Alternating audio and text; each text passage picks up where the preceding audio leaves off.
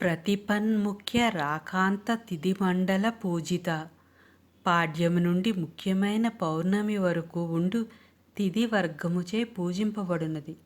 ప్రతిపత్ అంటే పాడ్యమి నుండి అని, ముఖ్య అంటే ముఖ్యమైన అని, రాకాంత అంటే పూర్ణిమ వరకు ఉండు, తిథి మండల అంటే తిథి వర్గముచే పూజిత అంటే పూజింపబడినది.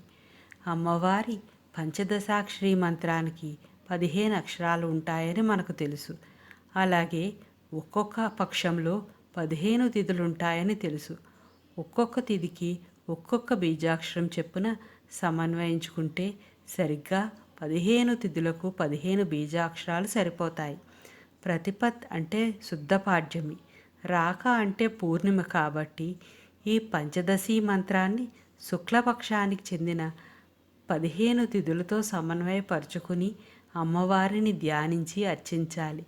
ప్రతి మాసానికి చెందిన శుక్లపక్షములోని పాడ్యము నుండి పూర్ణిమ దాకా పూజింపబడేది అని ఈ నామానికి అర్థం.